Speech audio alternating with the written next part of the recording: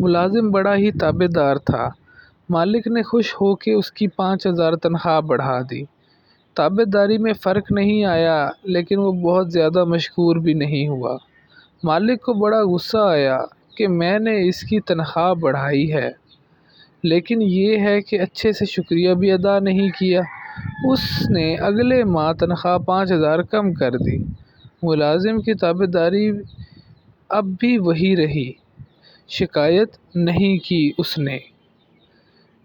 مالک نے اسے بلوایا بھیجا اور کہا، بڑے عجیب انسان ہو، میں نے تمہاری تنخواہ 5,000 بڑھائی، پھر کم کر دی، تم جوں کہ توں رہے، یہ سب کیا ہے؟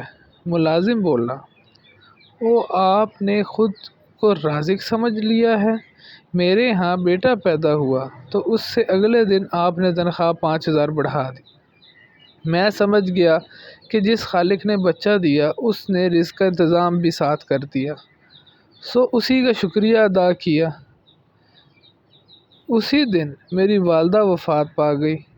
جب آپ نے میری تنخواہ کم کی، میں نے جان لیا کہ وہ اپنا رزق اپنے ساتھ لے گئی، سو تب بھی اللہ کا شکر ادا کر کے مطمئن ہو گیا۔